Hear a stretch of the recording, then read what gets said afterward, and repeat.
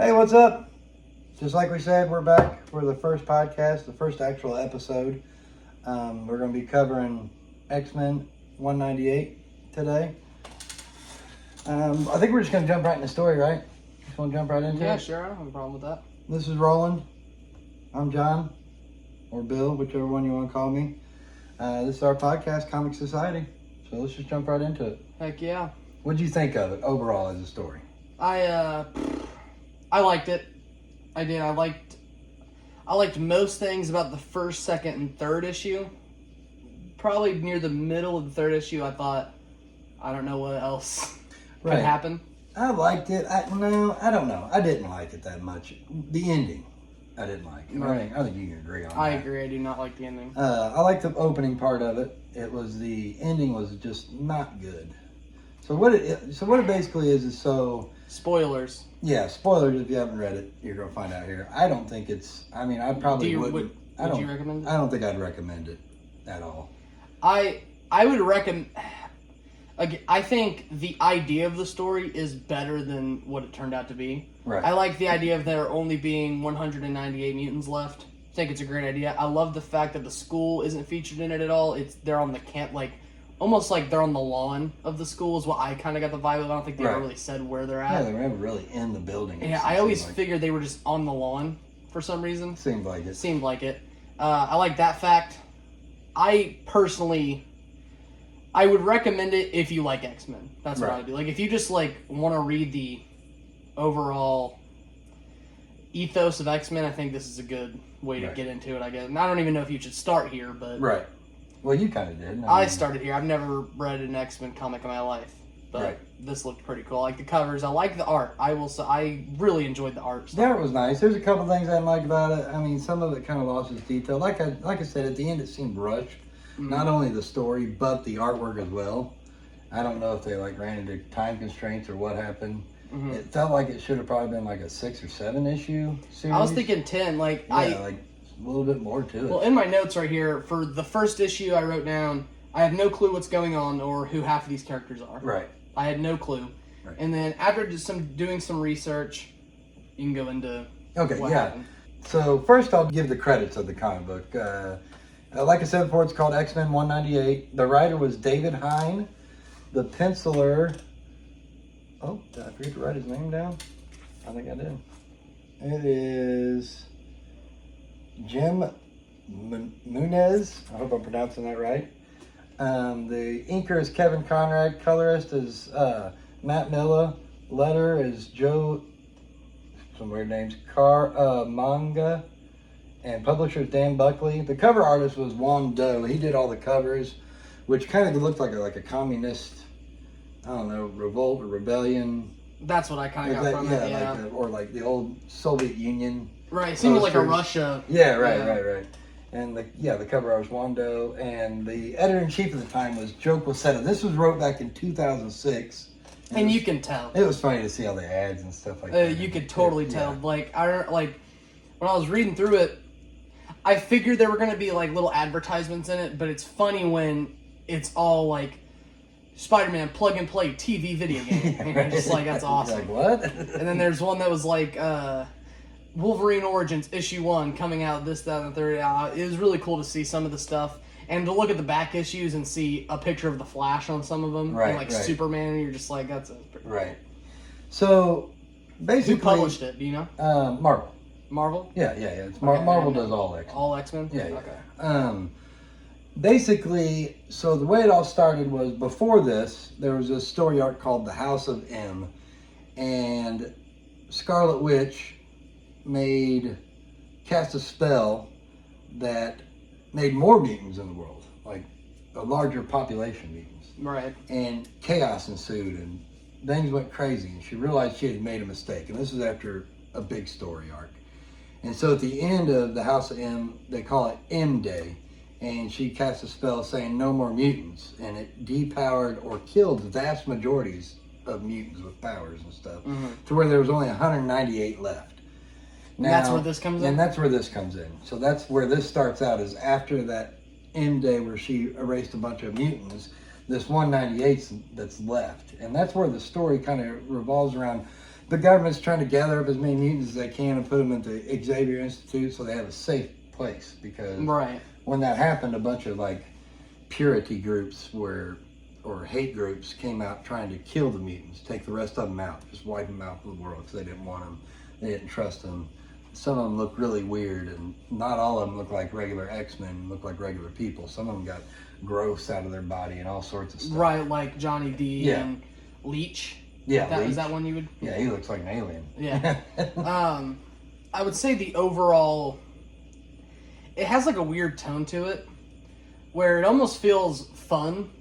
Like, I don't know, it's hard to explain. It feels fun, but it's also like kind of boring. Yeah, a little bit. Well, and there wasn't a lot of action. There's not a lot of fight scenes. Right. The groups aren't really fighting. The X-Men don't Or not really even do in much. it. Like, barely. Yeah. You got Cyclops. Iceman, who comes Iceman, in the who last comes issue. at the last issue. You hadn't seen him the whole story, and the last issue comes in and he's like, what, on 2 pages? Maybe. Yeah, it was horrible. I mean, that part was horrible. When you get an X-Men comic book, you expect to see At the least, X-Men. yeah. Now, seeing other mutants was cool. Like, I really enjoyed Magma's whole thing. Oh, yeah, she was pretty cool. She didn't bother me at all. She had, like, firepower, like volcano magma. Yeah, I wasn't Like, her really whole body sure would be on fire. what was happening, but that was kind of cool how she went in the volcano. And what's it, Antonio? Was that his name, or Anthony? Antonio, yeah. Antonio, and he died when that volcano erupted. The love of her life, which made her go crazy. Which is pretty cool. Empath, I thought was a really good. What I wrote down in my notes, it says, Empath seems like a cool ass character, almost like a psychic or pharmacist, maybe. Not too sure. I'm not too sure. He tells Magma that he's like messing with her serotonin levels, and Magma herself says that Empath gave her the psychic equivalent to Valium. Right. So it seems like he can kind of control people's, I would say, emotions, but like not. It's almost like they kind of pointed it as it's like there's like dials on like a board, and there's a screen that shows emotions, and he's kind of just messing with the dials almost. Right. And I think that idea was pretty cool. Right. What I also wrote down was, so I kind of want to know more about this character. Seems really interesting. Never heard of him before. Empath, right? Yeah. So I liked him too. He seemed really interesting. So it wasn't necessarily like psychic control. Mm-hmm. It just seemed like he had control over the emotions you were feeling. So Right. it can make you happy or That's less what I was stressed. saying. Yeah, with like the dial thing. Yeah, and that's what he's talking about, the dopamine and serotonin levels and stuff like Yeah. that. Which is pretty cool. That seems like a pretty awesome That's pretty power. cool. Yeah. He seemed like one of the better characters out of the whole And he story. was in maybe 2 issues. Right. Well, and they also introduced a character called Mr. M, which they call him It's names. Yeah. Absalom, I think, something like yeah, that. It's Absalom. McTractor. McCatter? Or McCactor. Mercator. It's McCatter. Mercator. However you want to pronounce that. I had no clue. But they call him Mr. M, and that's what I call him. Yeah, Mr. M, and He could do pretty much anything, it seemed like. I don't know. I didn't understand what his powers were. So they call him an Omega level mutant. And I wrote, hold on. I wrote something like that. It says, so right here it says, so let me just read off a couple of my notes because it goes into that. It says, a huge fan of the art style, doesn't seem too cartoony, but also not ultra realistic, a good blend of both. Really enjoying Magma's character. I also like the fact that there's barely any mutants left, and I can't wait to see who else they introduce. Right. And then it says, I have no clue who Mr. M is. I don't know if this is his first appearance or if he's been around for a long time. Not sure what unlimited transmutational powers are, but apparently it makes him very dangerous. Because that's what they say in the thing. He has transmutational powers, which they say it could be very dangerous. I think he can change things like things that already exist on a molecular level. Like when he made... It's like Dr. Manhattan. Yeah, but not quite as extreme as that. Yeah. He controls matter, doesn't he? Yeah, he can create matter. Yeah. He can just, like, he can make things out of thin air, but something has to be there in order for it to be made. Like, so it's the very first issue, this girl gets attacked by a hate group. I don't remember what her name is. I don't know if I wrote it down. L'Oreal, their names are so weird. Lorelli Travis. Yeah, I just called her Lorelia. Yeah, Lorelia. Yeah, I think that might be how it's said. Travis is her last name. Now, They were like in a strip club and she was an exotic dancer, and then this hate group called Purity chased her out, and Toad, an X-Men, he was actually a villain in the X-Men movies. And I think he's supposed to be here too, but I was He really is. confused. He is Because they a talked villain. like, even Cyclops was like, why are we letting him? Well, yeah, they said they're going to let all the mutants in, so there were villains there too. But so he tried to save her and beat up the Purity guys and stuff, but they had cut all her hair off, and I guess that's what her mutant power was like to control her hair. It's so fucking It was stupid. so done. It was so dumb. I hate that shit so much. It was so No, dumb. no, the funny thing is, they didn't explain her powers. No, It was just like every so often. No, you it wasn't could even see ever so often. It was like one page I noticed. She like grabbed a gun with her hair, and I was like, Right. is that her fucking power? Yes, that was her mutant power. And also, I was confused. Like, obviously, I didn't really like the art style there where it showed her hair. It was like, it Right. really looked really weird. Well, the guy's hairstyle on all the characters was a little off. Like on the females. Right. Because like it'd be real big up here. I mean, I don't know, Yeah. it looked like he was trying to draw 80s girls or something. I guess. but It was weird. It was weird. But anyway, Toad takes her back to Xavier Mansion because it's at the beginning it's a safe place for mutants. Right. And then Mr. M shows up, Mr. M shows up and takes like the bandage off her hair where she's got it's just her bald scalp, and she got a bunch of cuts where they were cutting her hair off, and he made it all grow back. And it's also pink. Yeah, well, that's Which what is it was stupid. to begin with. Well, I mean, It's she's so, a mutant. it's so stupid. She grows naturally pink hair. She grows pink hair and oh god. That's not the only stupid thing in this. No, that actually pissed me off. When I saw her whip her hair at somebody, I was like, Yeah. dude, Yeah. that's stupid. But when Mr. M shows up, things kind of start going awry because the government's there trying to control, and they got a couple of sentinels which act as guards. Yeah. And so the mutants inside there start thinking that this place is being controlled more like a prison. And it is, or a Yeah. concentration camp, really. Well, they go into that later, but it is. I got the beginning, like, because in the very beginning, it's almost like a myth when you're not there. Right. Like, it's like, oh, Xavier's, place where people can thrive and whatever. mutants, yeah. Right, mutants, yeah. And later on, you get introduced to the criminals who are like, this is a prison, because they can't leave. They're Yeah. not letting them leave. Not at all. And then later, once what's her name? The girl with powers, the girl who was fighting with Dr. Cooper. You know what I'm talking about? Oh, Kitty Pryde. Kitty Pryde. Yeah. Yeah, she's She's like, an actual X-Men, by the way. Yeah. one of the, four I don't that know. was in it? Beast, Ah, Cyclops, don't even get me started on Beast. Emma Frost, Kitty Pryde were the only X-Men. Is Emma Frost the girl in the white? Yeah. I thought They that called was her, she's also the White Queen or whatever, but Yeah. Emma Frost is what she goes by. Yeah. And then Iceman came in at the very end. Yeah. Out of nowhere. But she gets.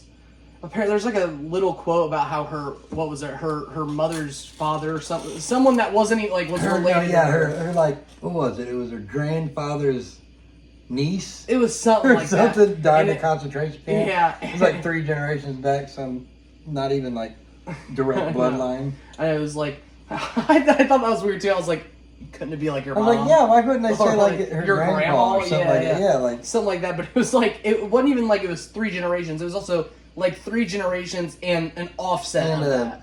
niece, Like a somebody niece she's or a not even- sister of someone. not even really related to. Yeah, like a third cousin or something. It was weird. died in Auschwitz, and you're like, what? Okay. Who cares? But yeah, she was like all pissed off about how Right. they are turning it into like this concentration camp. Which is and they kind of were. It I mean, was there was getting like bad. so they didn't live in the X-Men mansion. They lived like on the front lawn in like a tent city. So it looked like a concentration Yeah, it was camp. horrible. And then they weren't allowed to leave. It was guarded by the government and sentinels. And then when they did get to leave, they said they had to be tagged with trackers. Yeah, a in tag their is what they're neck. called. Yeah, a tag. And what was the other one? It was you only get to go like this thing for what was Yeah, it? they like could an all hour? get on a bus and they could go for a day to this town, a specific town. And that was it. So then they go there, and obviously trouble ensues. And when one of this big guy looked like an elephant, Oh god, another yeah, horrible that was movie. so stupid. I'm not going to look his name up. He was dumb. Yeah, He looked just- I like looked a like giant elephant. It was horrible. Picture King Shark, but even more Yeah, stupid. and he could spit like. I didn't even Venom know. or something I like that. couldn't tell Yeah. you what it was. Anyways, he starts causing trouble with one of the regular townspeople, and the tag. Remember, they knock him out, I don't know if they knock him out, but they like mess something They up use on the him. tag and it like messes him up and sedates him pretty much to where they can get him back in. And then all the mutants start freaking out because they didn't realize that was what the tag was going to be used for. Right, and then the other one... That one guy... Oh, we got to talk... We probably should talk about Johnny D. He's the main villain. Yeah. So Johnny D, he's the main villain. So I will say, it ties in with what we're about to get into. What was the guy's name? The junkie, the heroin addict. Oh, man, I cannot remember for the life of me. I should have... Jazz. Jazz, yeah. Jazz. So, Jazz is... I thought his character was pretty cool. He's blue, which is... Yeah, was that his only powers? I was very confused. I saw... He was like... Because when you first meet him, he's white. Right. With, like, blonde hair. Well, he had makeup on. Yeah. Because he was trying to hide. Right. And, well, he, like, the cop... Like, not cops, but, like, people are coming up because he's a heroin addict. I think they were cops. I think those two were I think they worked officers. For Xavier, did they not? No. Xavier, I don't know. He must be dead. Get dead or not there, yeah. But, I get cops, whatever they were. Yeah. They come up to him and they're like, "You're a heroin addict. We're going to either throw you in jail with, or you're going to go into the Xavier camp or whatever." Well, they said you'll be the only mutant in jail and you know what they'll do to you there. They'll kill you and beat you and all that stuff. Right. And then they, he pretty much pretends like he's not. When he reaches his arm out, they see the blue. Yeah. And as soon as I saw that, I was like, so is he like Mystique? Is he? And then they never really show his powers. He's just blue. He never did nothing. He's just blue and he has blonde hair. Does heroin. And he's a heroin addict. Yeah. And, which is why when Johnny D, let's get into that. Yeah. Johnny D has a big. Okay. So I said. Tentacled monster. Hold on. This is what I said. I said, okay, first I said explain what Omega level mutant is. X-Men should come up with its own fucking glossary. Omega level mutant is like the most powerful. The most powerful, okay. And then nothing too crazy is going on. Some military girl is talking about relocation centers and concentration camps. But so this is why I said, but there's a Spider-Man plug-and-play ad for the world of TV games, and I thought that was funny. So I wrote that down. Right. And then, yeah, I'm not sure who the guy is with the octopus on his chest, but he just threw Magma's hair into the octopus, and the octopus shot out like a baby Magma. Yeah, it was weird. I'm not sure what the fuck's going on. So basically, he takes DNA from whoever he touches, he gets some DNA off him, and he got some hair off Magma, and he puts it in this like. It looks like an octopus. It looks like a face on his chest, and then it's got tentacles sticking out of it. Yeah. And he puts it he like shoves it into that thing's mouth. You know, he like feed it nicely. He like gags it with his hair, awesome. and then he pulls out like an egg, and then he opens the egg. I thought it was like a clam shell. Yeah, it looked like it wasn't an egg, but that's the only thing I could think of. It did look like a clam shell, and when he opened it up, there was like a little version of whoever DNA he put in there. And then basically he could use those little versions like voodoo dolls. He could make them do shit, tell them to do shit, and the real person would do it. It happened to them. And the first time you find this out, I think, is in issue 3. And this is when I was like, this is cool, but we're on issue 3. Where are we going with this? Right. And he takes Jazz's DNA, puts it in the thing, makes a baby version of him or whatever. And Jazz, of course, is going out to get heroin when they're at the town and they have their day to do whatever, trying to get heroin. And he I'm not sure how he died. Does he just die there? No, he was choked. Yeah. But do they say that he was choked? Yes. Oh, I didn't remember if they said that he was choked, but I know that Johnny D put a string around the little voodoo thing, choked it, and killed it. Yeah, and then he just all starts convulsing choking, and stuff. Yeah. That guy runs off. The drug dealer runs off. Yeah. Yeah. And that was it's funny when he talks to the drug dealer, he mentions his powers. What did he say? I don't remember. I don't remember, but that's the reason he was getting drugs, because the guy was like, "I don't sell to mutants," and he was like, "Well, I'm just blue." I thought. Oh no, he was lying to that guy. Was he? Yeah, he was making that guy scared, so he would sell him drugs. Oh. He told me he would control his mind and kill him or something. If his power is that he's only blue, that's horrible power. I mean, he never did nothing. He didn't do anything. Except shoot up heroin and die. Shoot up heroin, die, and lie. Yeah. That was about it. So, but that was the interesting part. Yeah, that was the most interesting part of the story, is him making those little voodoo dolls. I was really into it. I said there's this guy named Jazz who's a mutant. I'm not quite sure what his powers are, but he's addicted to heroin. Kind of would like to see what he does. Right. And then right after that, my next note is, never mind, pretty sure he's fucking dead. So apparently this guy with the octopus on his chest can make human voodoo dolls out of everybody. He made one of Jazz. I'm pretty sure he hung him and killed him. Not a bad ending to issue 3. Pretty good so far. Kind of wish there was more than 5 issues. Right. So that's where I got to. And then it starts falling. It starts falling off after issue 3. So it says, I said, wouldn't mind knowing what happened between Magma and Empath, because I'm pretty sure in the 4th one they try to get into that, like they had like a relationship. Yeah. And Empath was like her lover or some shit. But she found out that he was just controlling her emotion levels the whole time. She didn't really love him. He was making her. And she gets into this whole thing how she doesn't know what to feel anymore, which I guess she wouldn't know what's real. Someone's always in my head. Yeah, I guess. But it was really Johnny D the whole time. Yeah, well, not the whole time, but because remember in the beginning she does mess with her. Right. Yeah, Johnny D is in her head, and then it says, I'm not quite sure if this is their first appearance or what, but it would be pretty cool to see what happened to these two beforehand. Seems like they had a relationship of some kind. Right, they did. I don't know when. Don't know when. Don't know if this is their first time they've been introduced. I have no clue. A lot of these characters, first time I've ever come across them. Like Magma, I feel like I've heard of a character like Empath, but I don't know. Probably. He may have been around somewhere before. Right. I know he's been in X-Men before. I just don't know where. Yeah. Right. And Magma, I've never heard of her, but supposedly she was like a teacher at the school. Right, I mean, she was obviously in on the X-Men. Right. And then it says Mr. M seems to have some sort of godlike power. Still not sure what it is, but it seems pretty cool from what I can tell. Yeah. And that's when I think it's at the end of issue 4, when he does the whole freak out and he like flying or whatever. What do you mean, flying?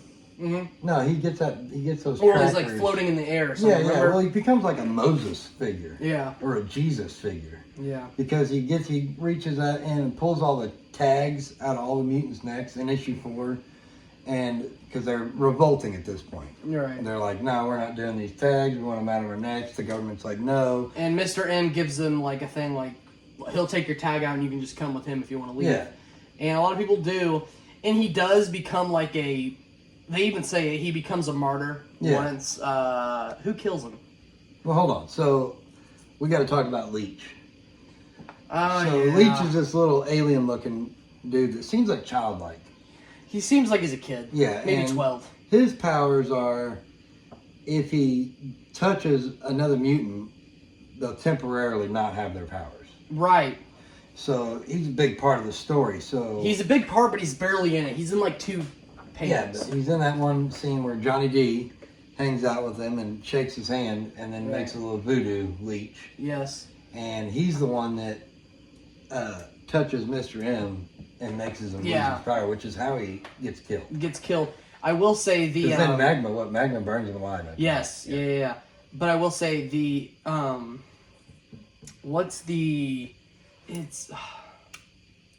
So yeah, Magma burns him alive.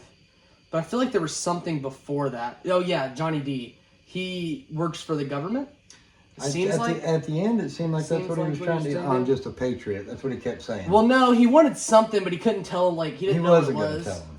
Yeah, he was like, because he came to the big guy in charge, who was above Dr. Cooper. General Laser. General Laser, yeah.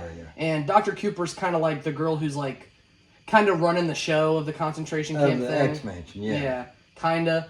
And she has a boss, General Laser. And General Laser's the one who got the tags and is doing all this stuff. And wanted Mr. M to get killed. Yeah. Because he's too powerful and they couldn't control him. Right, and Johnny D gets in touch with General Laser and says that he can help him. And says that he can kill Mr. M. Yeah, and at the very end, it like cuts to Johnny D with General Laser. And General Laser's like, what do you want? And he was like, to be known as a hero to my country. A bunch of stuff like that. He kept saying a lot of... Well, he said, I'm not going to tell you yet. I'll let you know when I figure it out. Yeah. And I was like, okay. Yeah. What? I don't know. Like I said, the ending was horrible. It was lame. Mr. M, who seemed all-powerful pretty much, walking on water and everything. And I was also going to say is when Magma kills him... Was it Magma who kills him? Yeah. Because they're all like... powers. Yeah, they're all like, why would you do that? Now he's a martyr. Which I could see that. Leads a group of people and then he dies for their cause. Well, they kill him because he's trying to protect them. Yeah. It's a martyr. But, where was I going? Oh, Mr. M. So, yeah, it was a horrible ending because he just dies all of a sudden. And he did a little bit of things in there, but for being, like, all-powerful, he didn't really do much. And being besides Johnny D, being the threat, you would say? Right, yeah. Didn't really do anything. He No, also wasn't the threat. He wasn't trying to threaten nobody. No, he was The actually whole time, fairly he was kind. Really nice. Yeah. He even told me he was like we're gonna leave. We're not prisoners. Yeah, he's like, we're just gonna leave, and that's all he wanted to do. He just wanted to leave with those mutants. And then, and then after he's dead, they had their funeral, and then I don't want to talk about it. Can we not? L'Oreelli or whatever her name is, the hair dancer, The bitch with the hair. Yeah, the pink hair bitch. But her and Leech are all hugging each other and sad, and then they fell asleep. And then when they woke up, the casket's empty. Mr. M's casket's empty. And then they come out and it's like a bunch of butterflies. Like he turned into a bunch of butterflies or something. It's so stupid. It was the worst. Why was Leech and the hair woman, why were they together again? I think why does Leech care? So Leech was upset that because he liked Mr. M. Oh yeah, he was following Mr. M, but they barely say it. They're like, the only reason he was upset because he was the reason he died. Yeah, but the only reason you know that Leech was on his side is because there's that one thing when he's talking to Johnny, and he's like, hey Johnny, are you going to come with us on the march with Mr. M? And that's it. You don't hear his character till the very end. So he also, remember when Mr. M made that pterodactyl in the sky?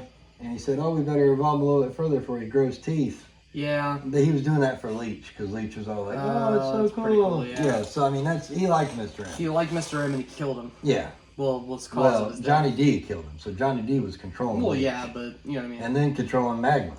And then, did he also control the butterflies, or? I don't know, the butterflies were dumb, dude. It was dumb. That was fucking stupid. It was dumb. That was so dumb. I remember reading it. I don't even think I comprehended it. I remember reading the last page, and I closed it, and I wrote, well, let me get these last three things I wrote down. So I said, enjoying the fact that they're not in school, yeah. I already went through that. And then it says, evil mutants and the good mutants are all in one place, forming a sort of camaraderie with until Mr. M takes a lot of the mutants with him when he leaves. Right. And then very interested to see how this story ends. Not sure how it could all wrap up in one issue left, but we'll see. And then the last thing I wrote, I saw the last page, closed it, and wrote lame ass ending. Yeah, dude, it was horrible ending. And after, like you said, issue 3 was like its peak. And then after that, it just fell off. It almost, like, these last two almost seemed like it was... Like, let's just hurry up and get this done. Like, that's what it seemed like. It seemed like they didn't have a plan for it.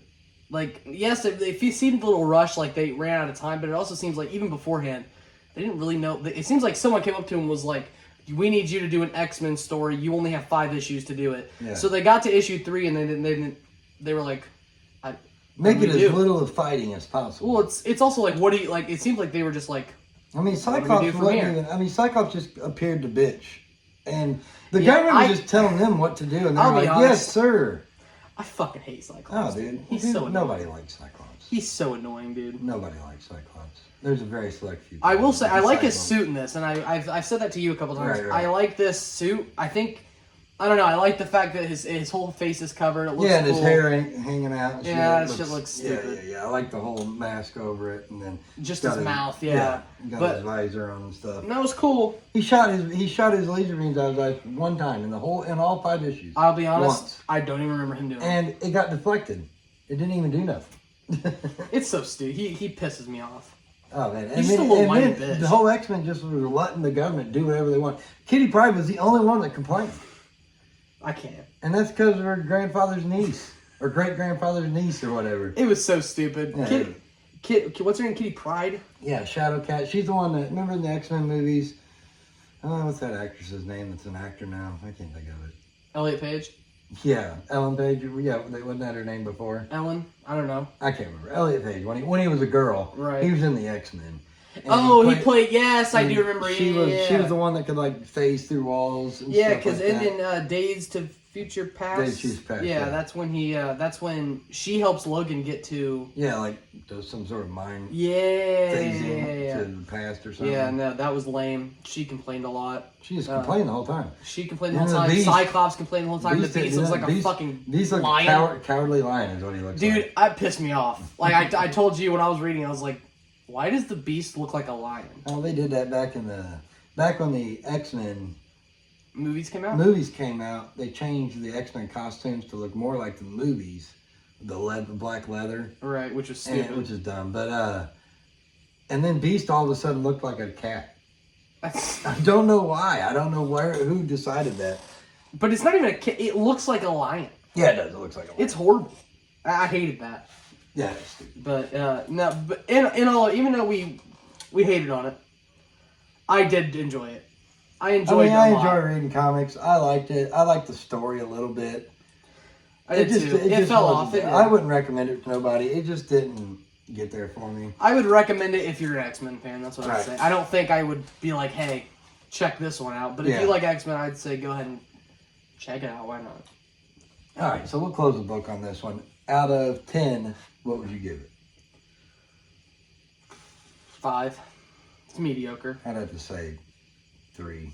3. at best. Like I said, I didn't like it. I'm not going to lie about it. It wasn't that good. It could have been better. I'm surprised this story got... I don't know what they were thinking when they said, yeah, let's do this. No. I know what they're thinking. They had a great concept. I don't think they knew how to continue it. After issue 3, I was like, they don't know what they're doing. Right. They literally have no clue what comes next. Right. And a horrible ending, horrible final act. It was lame. Right. After the first 3, had no clue where the story was going to go. But it wasn't awful. Like, I didn't hate reading it. So right. I'd say it was mediocre at best. So I'll give it a 5 out of 10. Not the best, but not the worst. Not the worst. Yeah, I don't think it's the worst. I didn't like it. So I'm I wasn't a big fan of it, but I enjoyed it more than you, obviously. Right. But yeah. All right. So the next thing we're going to do, so each week we're going to pick a movie to talk about. Now we're not going to go in like straight detail. We're just going to talk about what we like about it. Well, we're going to talk about, it. we rewatched it. We're going to talk about how we felt about it the first time we watched it. Right. How we felt about it and feel about it now. Right. Like what we've experienced, like what it was like watching it for the first time. Like if there's a twist at the end, did you see it coming? Did you see? It's just certain stuff about the movie. Talk about that. Right. But today we're going to talk about Infinity War. Yeah, but what's next? Hold on. Yeah. I'm not going to stop. I'm going to cut that out. We want to start by saying next week's movie is going to be Natural Born Killers. Yeah, so if you want to watch it, get a refresher on it. Before we talk about it, go ahead. It's not going to be all the, like, we cover comics, but the movies, and later on, we're going to do books. But for right now, it's going to be comics and movies, and the movie is not going to be comic-based all the time. No. Today it is. And even the books.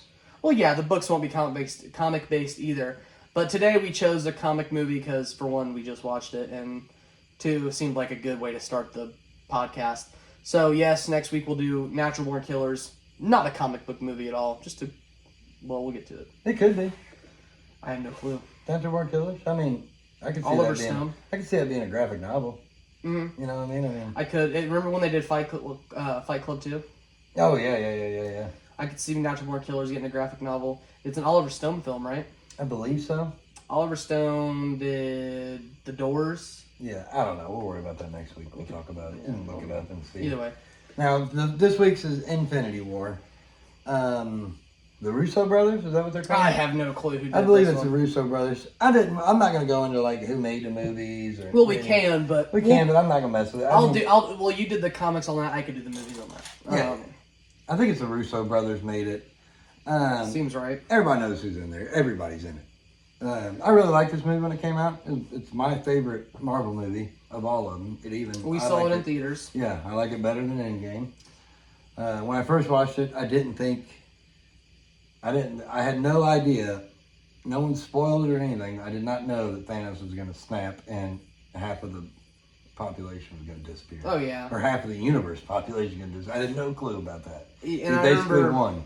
Yeah, I remember. I did the same thing. I remember watching it and being like, for starters, let's go ahead and talk about what the movie's about. Give us a quick synopsis. It's pretty much Following Civil War and a bunch of other Marvel movies, it's near the end of Phase 4. Is that what it was? Or Phase 3? I don't know. End of one of the I think it's phases. Phase 4. I feel like Phase 4 started afterwards, after Endgame. Maybe. I don't Either know. way, it was one of the last in that phase where, you know, you've had all, like, a lot of Marvel characters' debut first movie that they're in, like Thor, Ant-Man, Doctor Strange. You have all this stuff. And it's after all this, you have the Civil War, which is where, you know, you get introduced to Spider-Man for the first time before his solo movie. You get introduced to Ant-Man. This was Black after Panther. Black Panther before his solo movie. Ant-Man's solo movie, I think, came out a year before. I Or believe maybe so. the same year. Maybe. But either way, that was his first time with the Avengers. And it's right after Age of Ultron. That's when the government starts coming in and saying the Avengers are government property. No, they were Something trying like to that? do the Superhero Registration Act. And They wanted them all to register, and half the group wanted to do it, and the other half didn't. Yeah, Iron so, Man wanted everybody to register. Captain America didn't. They all split off in this group, and then they fought in the movie. Yeah, well, it was so just to show you, because it kind of leads into Infinity War, right after Civil War. Infinity War kind of takes place, Right. And you get Civil War where it's Iron Man, Black Widow, Black Black Panther. Widow jumped sides. Yeah, I was gonna say Civil War. that. Yeah. Yeah. She jumps sides at the end, but it's Iron Man, Black Widow, Black Panther, Spider-Man, War Machine, Vision, Yeah, and who else did he have? that was it, I believe. I swear there was one more, but I think that might have been it. Okay. And then on the other side, it was Winter Soldier, Bucky, Right. Captain America, Falcon, Ant-Man, and then Wanda, Hawkeye. and then later on, Scarlet Witch switches. Or no. We said Scarlet Witch, Scarlett Johansson. Black Widow. Black Widow switches onto their side. And that's kind of where it ends. It kind of ends with Captain America gives Iron Man a cell phone because they're not talking. They don't like Right. each other. We find out that Bucky or Winter Soldier killed Iron Man's parents. And Captain America knew about And it. Captain America knew about it, didn't tell him. Then we get a great fight scene at the end of Civil Yeah, War. which we both have between- opposing sides Yeah, on. Bucky and Captain America and Iron Man. Yeah. And they couldn't beat him. And Together. they couldn't did. beat him. Dude, he was whooping on him. Dude, they literally walked away. Right, was good. No. We can talk about it. It's He a walked podcast. away too. He was laying on the ground with the shield in his chest. Well, because they had to tag team him. Not at the end. Captain America was And he beating ripped ass. the Winter Soldier's arm off. He blew it off. He didn't rip it off. Ripped it off. And you got it. Well, you also have. We have two totally different views of this movie. He for some reason thinks Iron Man was in the right. I do not. I think Captain America's team is in the right and have always been in the right ever since that. I didn't really have a say on the Registration Act. I just like Iron Man better than Captain America. No, it's horrible. It's not got nothing to do with. I even liked Captain America's team better. No, dude, come on. Spider-Man was on Iron Man. Ant-Man was on Captain Vision. America's team. Wanda. Ant-Man? He's That's one of my favorite Marvel movies. Ant-Man. He gets small. He gets man. big too. He's the best part of that movie. When he's like, it gets me cold chills, dude. When he's like, I got it, and then he gets big, and everybody's like, oh shit. And then Tony Stark's like, And how they beat him? They tricked him. okay, he's big. I don't care. Anyway, it's Infinity Wars. Yeah, but we could talk. It don't matter. but no, you got. But anyway, at the very end, all this stuff happens. Scarlet Witch switches sides, and the war ends. No, Black Widow switches sides. Scarlet God Witch damn. stays on the side. Black Widow switches sides, and at the very end of the fight scene when they're all fighting each other, and Bucky and Winter Soldier and Captain America go off and fight Iron Man or whatever. Everybody else that was on Captain America's team gets locked up in these cells. Right. And Captain America gives Tony Stark a phone. It says, no matter what happens, if you need me, call me. Right. And then at the very end, before you get the end credit scene, which is just Bucky and Wakanda getting his arm fixed, you get Captain America going over to the Falcon's cell, and obviously you're supposed to see that he broke him out or something. Right. Infinity War starts off right after this picks up. You get, I'm pretty sure Spider-Man Homecoming was before that, and that's when... so was Ant-Man and the Wasp. Yeah, there were a couple things before that. But in Spider-Man Homecoming, I noticed that at the very end, when Iron Man proposes to Pepper Potts, in the beginning of Infinity War, they're talking about their wedding, and you get Thanos, and Thor Ragnarok was also a part of it because you get Thanos at the with Thor and when in Infinity War, the beginning is Thor and Loki at getting attacked. Getting attacked. Yeah. So Infinity War is split up weird, and this is why I like Endgame more. It's split up in this factor of teams again, like it was in Civil War. They're still split up. I don't think Iron Man and Captain America don't see each other. Yeah, but they're not split up because they're split up in teams. They're split up because of things that happen. So Thor and Loki were coming back from the Ragnarok planet, whatever that was. Yeah, they were. They had all, or no, not Ragnarok. Asgard just got destroyed, and all the Asgardians and everybody was on ships, and they were on their way to Earth. And that's when Thanos and his people attacked him. His ship came in and attacked him. Beat the crap out of Loki, or killed Loki. Killed Loki. Beat the crap out of Hulk. Beat Hulk easily, by the way. Yeah, which is pretty awesome. And then Bruce Banner zips to Earth. Who's the guy with the sword? The black guy with the sword? I can't think of his name right now. Heimdall. Something like that. Yeah, Heimdall. And he sends the Hulk back to Earth. Well, Bruce Banner. Yeah, Bruce Banner back to Earth, and he lands in Doctor Strange. Yeah, but Thor. Oh, yeah, that is what's next. Oh, but see, anyway, so the reason that they're split up is because all that happens to Thor. He's hurt. Thanos blows up the ship. He's floating out in space by himself. He's like the last one left. The other ship escaped or whatever with the other Asgards on it. Because they're still Asgards alive. Yeah, we find that out. They go to Earth. Or in Endgame. But he escapes to Earth. Or no, he's floating around in space, and the Guardians of the Galaxy come across him.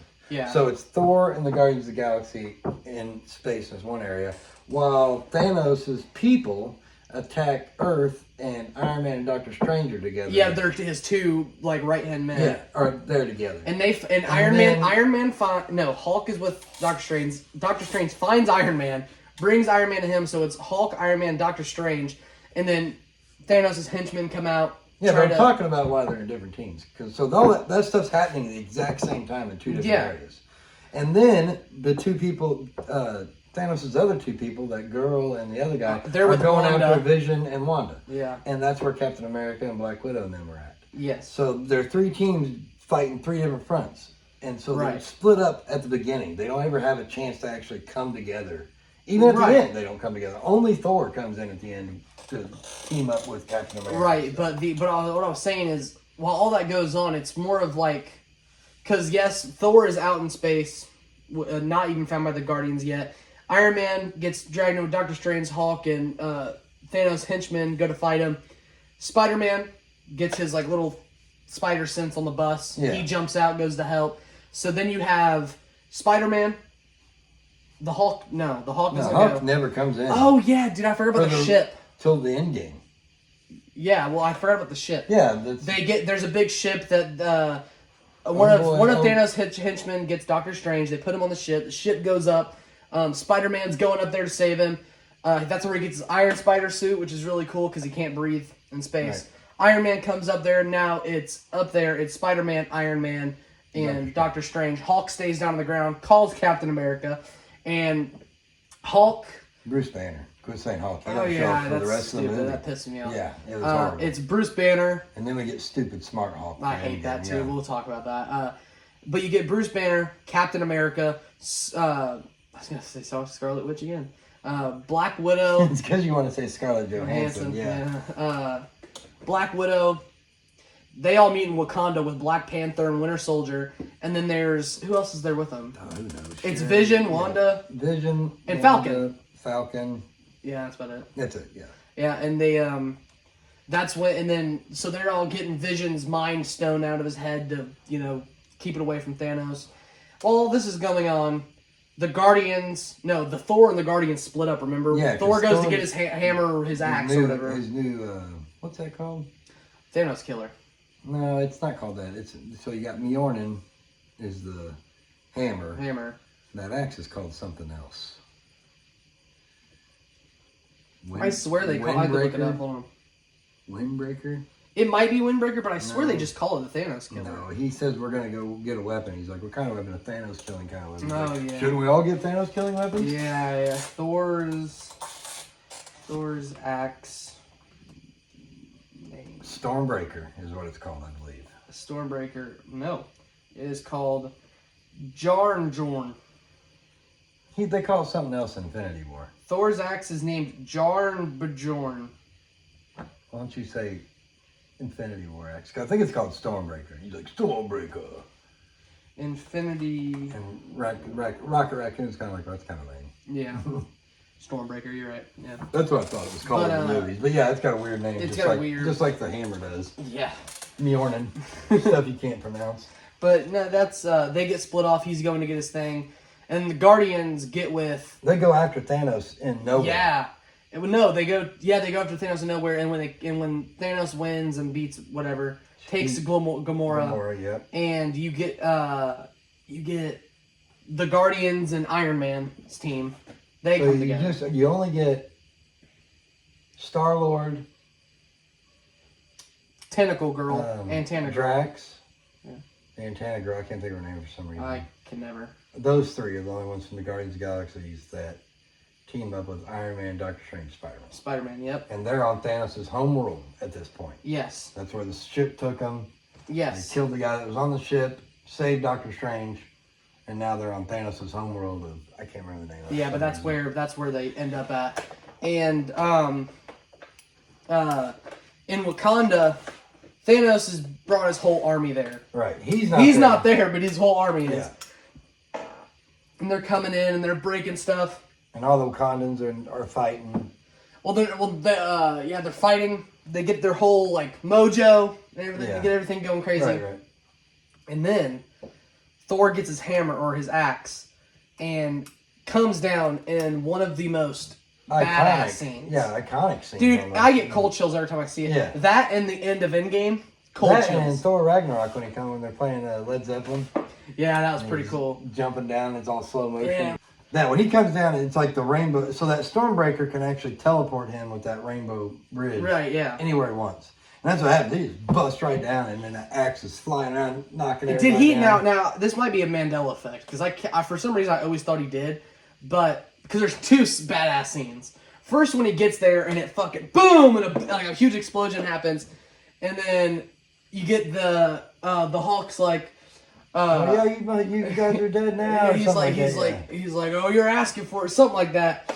And then Thor like runs with his hammer, and then the clouds get dark and the lightning. I'm getting goosebumps. Well, he jumps up and he like, jumps up Bring me and he Thanos, and he goes. Is that what he said? Yeah. I always thought he said for Odin for Asgard. No, he said For Odin for Asgard. And then he when he's running, No, he's he like, might have said that in Endgame.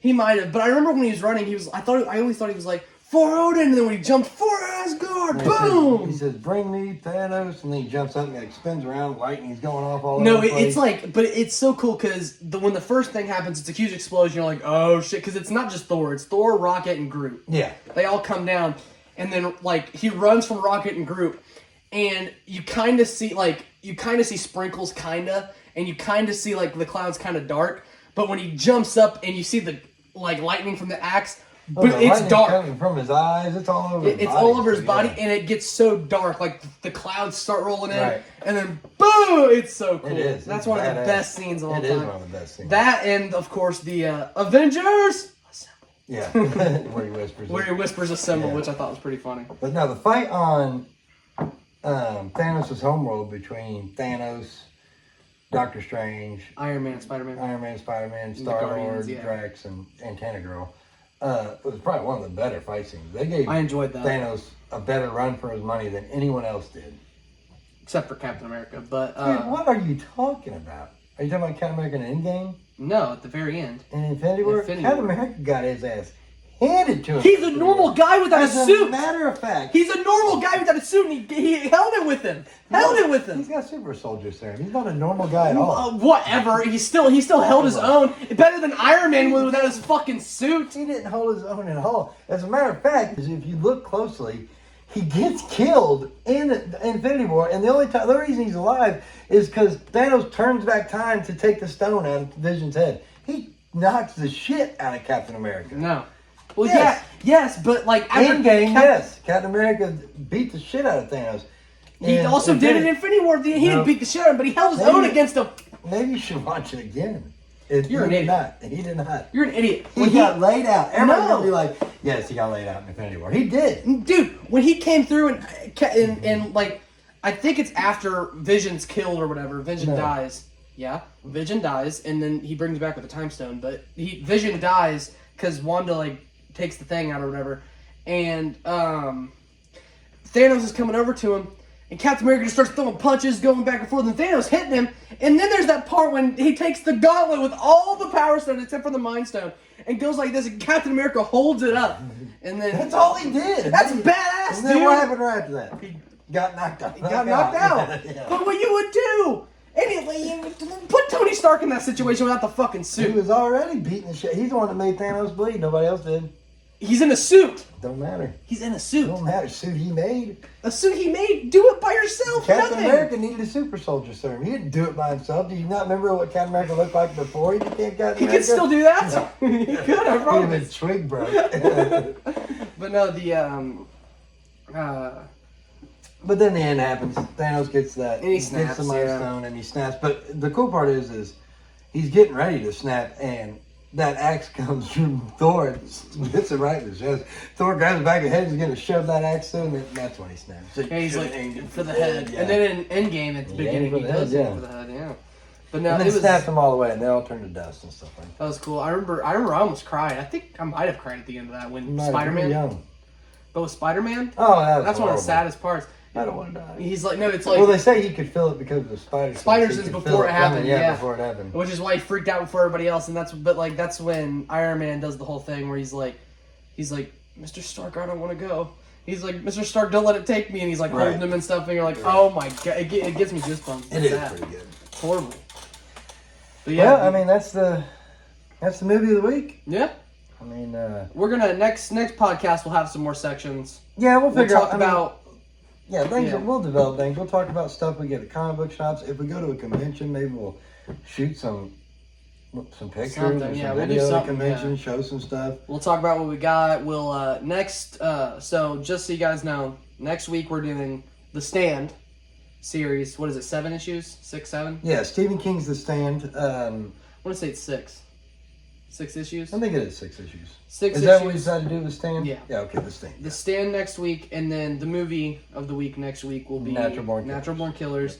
And we're still, if we do books, it'll be a book of the month. It won't be a book of the week. Right. Because we're not going to be able to read a whole book in a week. Yeah, especially if we pick something that's like 300, 400, 500 pages. Yeah, right. Even, no. But, yeah. This has been Comic Society. Yeah, this is Comic Society. I had fun. The usual. Hit like, subscribe. Oh, dude. On Spotify. Oh, dude. That's crazy. Like it on Spotify. Comment, too. Just leave us a rating. Dude. Actually, cringe, just cringe. Engage. Yeah, engage. God, that's cringe, dude. Like and subscribe. Don't forget. No, that's cringe. All right. Later.